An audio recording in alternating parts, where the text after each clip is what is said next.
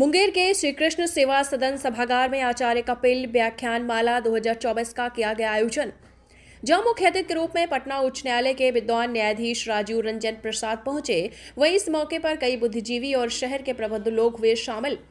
दरअसल मुंगेर के श्री कृष्ण सेवा सदन पुस्तकालय सभागार में आचार्य कपिल व्याख्यान माला 2024 का आयोजन किया गया, जिसका विषय राष्ट्र प्रथम संविधान प्रथम था। वही मुख्य अतिथि पटना उच्च न्यायालय के विद्वान न्यायाधीश राजीव रंजन प्रसाद थे, जबकि विशिष्ट अतिथि के रूप में मुंगेर प्रमंडलीय आयुक्त संजय कुमार सिंह थे। जहां सबसे पहले आचार्य कपिल के तैलचित्र पर अतिथियों ने पुष्प चढ़ाया, तो वहीं मौके पर कई बुद्धिजीवी और शहर के प्रबुद्ध लोग शामिल थे। वहीं विषय को लेकर विद्वान न्यायाधीश राजीव रंजन प्रसाद ने कहा कि संविधान की ड्राफ्टिंग कमेटी के सामने यह सवाल था कि हमारा संविधान कैसा हो।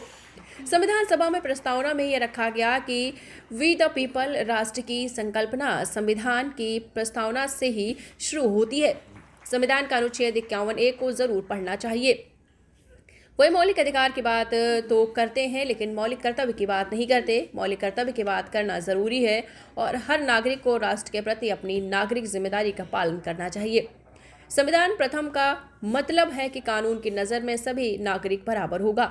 संविधान कितना भी अच्छा क्यों न हो, यदि उसको चलाने वाला व्यक्ति बुरा होगा तो भी कोई भी संविधान बुरा साबित होगा, और कोई भी संविधान कितना भी बुरा क्यों न हो, यदि उसको चलाने वाला आदमी अच्छा होगा तो अच्छा साबित होगा।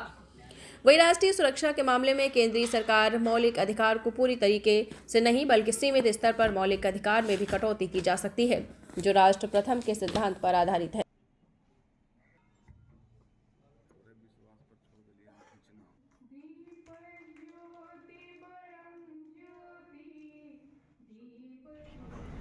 आप लोगों से बात करने के पहले मैं सोच रहा था कि सीधा विषय पर ही बात किया जाए या कुछ और इनफॉर्मल बातें भी की जाए,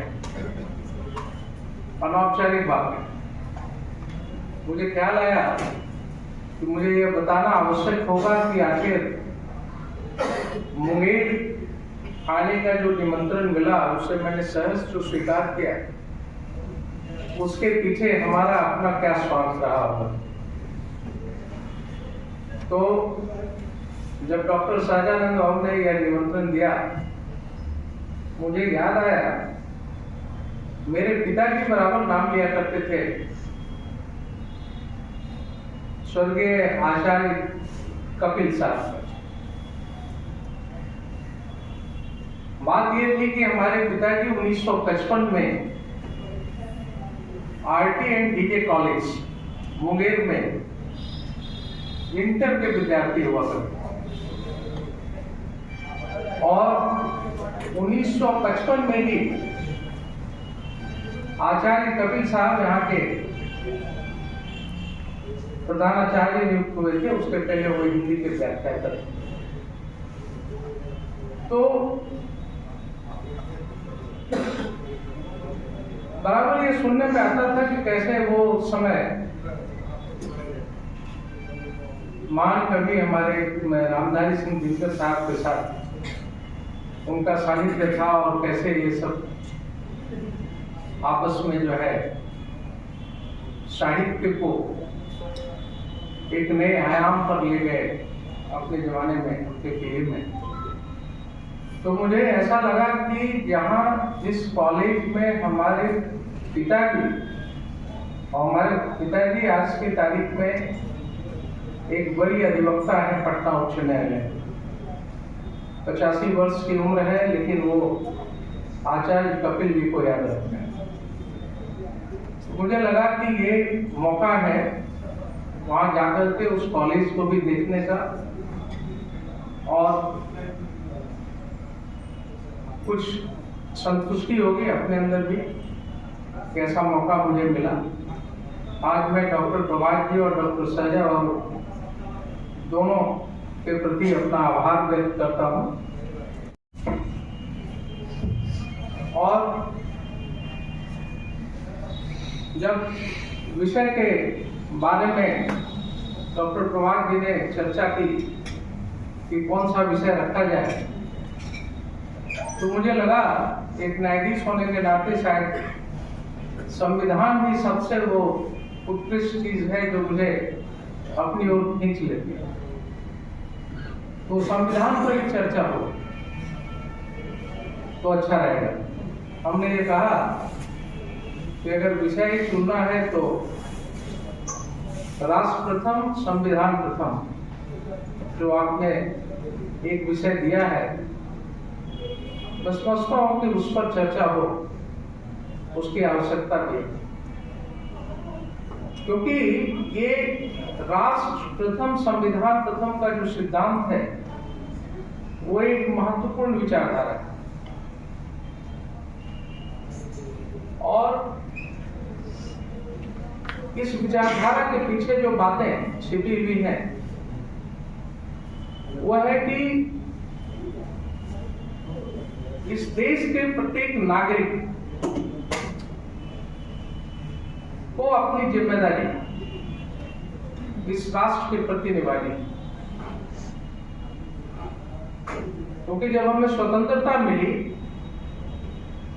और वो स्वतंत्रता मिलने के बाद जब ये कॉन्स्टिट्यूएंट असेंबली ने ड्राफ्टिंग कमेटी कॉन्स्टिट्यूट किया, इलेक्ट किया, तो उस ड्राफ्टिंग कमेटी के सामने ये बातें थी कि हमारा संविधान कैसा हो, और इसके विषय में कॉन्स्टिट्यूएंट असेंबली में भी चर्चा हुई कि आखिर ये हमारा संविधान जो है ये अपने अधिकार कहां से प्राप्त करेंगे। कॉन्स्टिट्यूएंट असेंबली की प्रस्तावना जब आप पढ़ेंगे तो मालूम होगा कि उस प्रस्तावना में ही यह विचार रखा गया था कि ये हमारा संविधान ये लोगों का दिया हुआ संविधान होगा, इसके सारे अधिकार हम देते हैं। इसीलिए आप देखेंगे संविधान में हम लोग शुरू करते हैं वी द पीपल। तो ये संविधान अपने सारे अधिकार अपने नागरिकों से ही ग्रहित करते हैं। और इसकी जो प्रस्तावना थी, जिसे काफी डिबेट्स के बाद करीब 40 अमेंडमेंट्स उसके ऊपर लाए गए थे और 70 बहस के बाद उसे पारित किया गया, उसमें इन बातों की चर्चा है।